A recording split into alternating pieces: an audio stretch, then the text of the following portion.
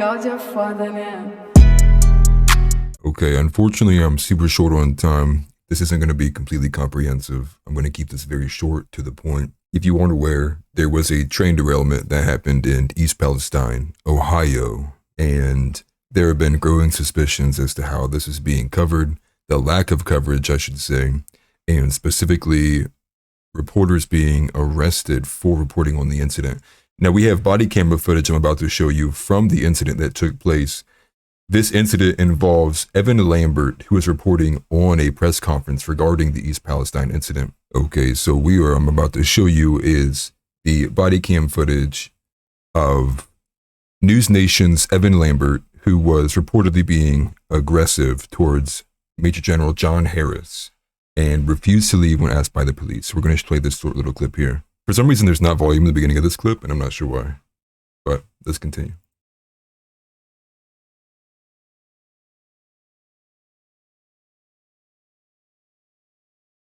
Yes, you want me to file charges on you right now? Go ahead. Excuse me. I am allowed to be here.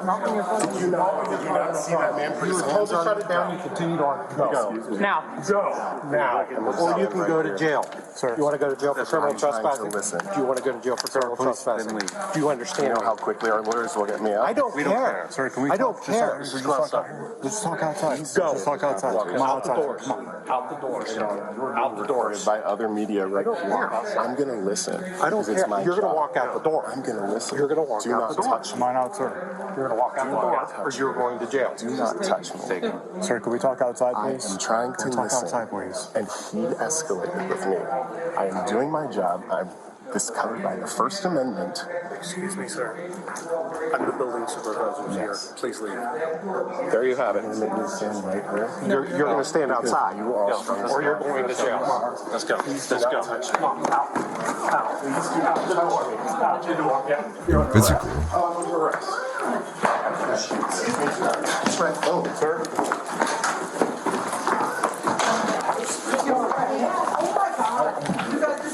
Stop. I am on the ground. What are you trying to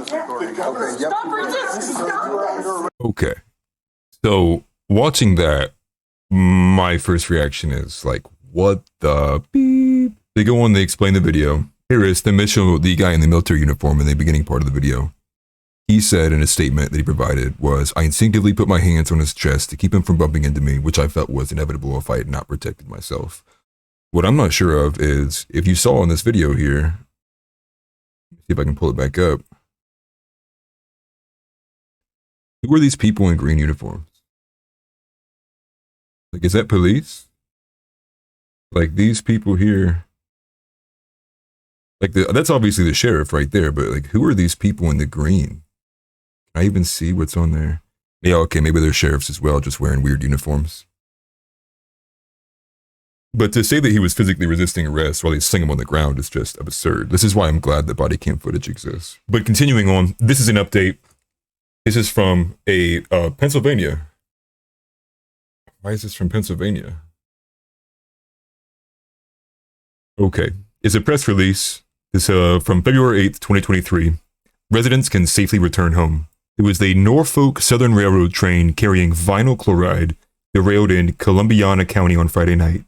To avert a possible explosion, the railroad conducted a controlled release of the chemicals, which discharged toxic and potentially deadly fumes into the air on Monday afternoon.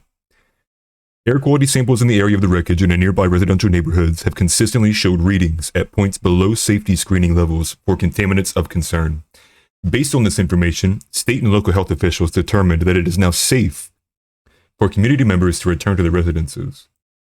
And this is after an initial evacuation order. And so essentially they go on to say, back to regarding Evan Lambert, they essentially say that there's no foul play here.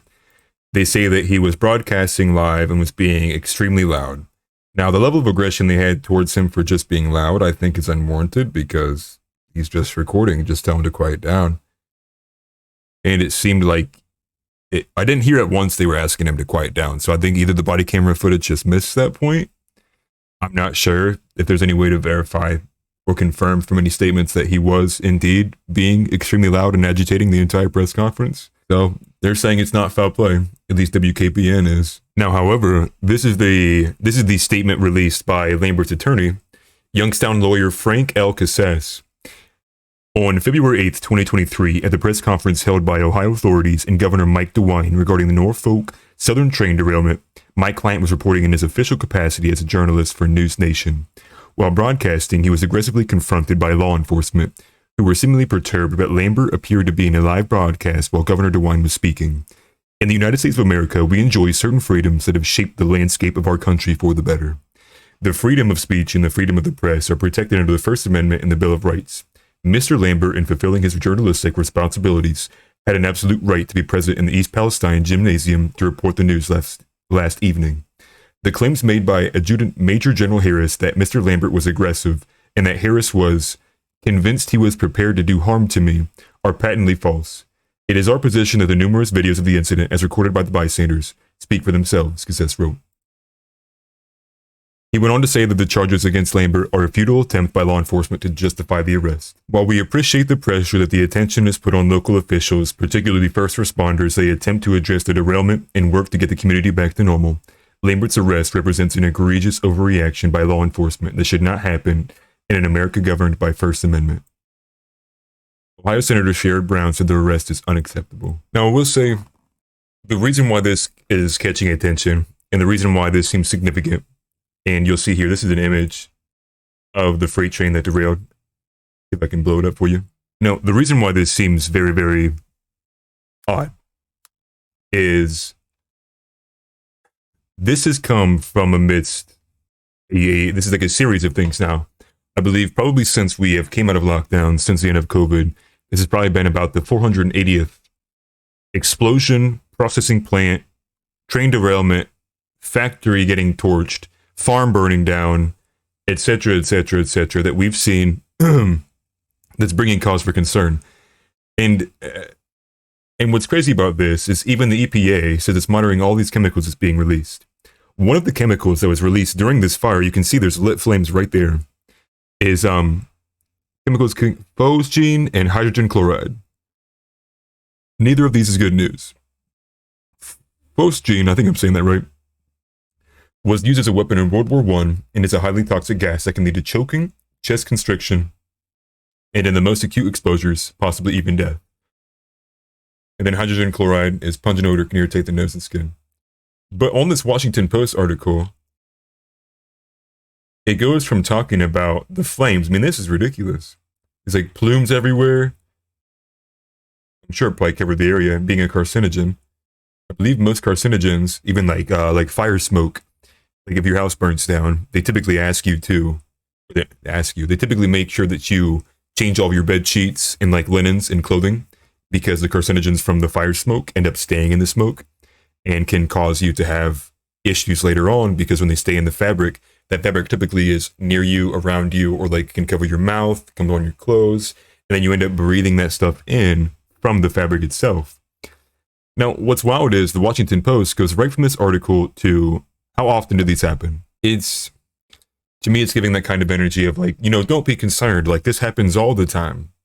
And it's like, I don't think all the time trains derail and have fiery explosions releasing dangerous gases and carcinogens into the air. I think it's also curious seeing the egregious reaction to the NewsNation reporter being arrested as well. But regardless, all in all, I think not enough's come out about this, or at least that I can find in the time I've had to kind of look up for it. I think this is a story to follow, though. I think if you see any kind of these stories where it is an issue of a processing plant burning down, oil rig burning, explosion this, some factory, some farm equipment, look into it, because I'm telling you, the volume of these things happening is increasing. And I think it leads me and most other people who are following along with this stuff to believe that there is seemingly something nefarious involving this. Where the source is from, I can't say, but to me, it seems like a lot of these articles end with "this happens all the time, don't be worried about it," kind of gaslighting you into being like, "Oh, this is normal. Like, trains blow up in the States all the time." And, it's just something to be aware of. you want to pay the best attention that you can to these kind of things. And if anything more comes out about this story, I'll follow it up. I was hoping there'd be more there that I could kind of delve into. I think that was the only reporter that I saw looking up in the short time that I had that he was being arrested, and I could be wrong. You know, there's always a chance I could be wrong. So don't take my word as gospel. Anyways, short one for today. Hopefully I can get this posted by at some point today, but I have to go to work. Anyways, peace.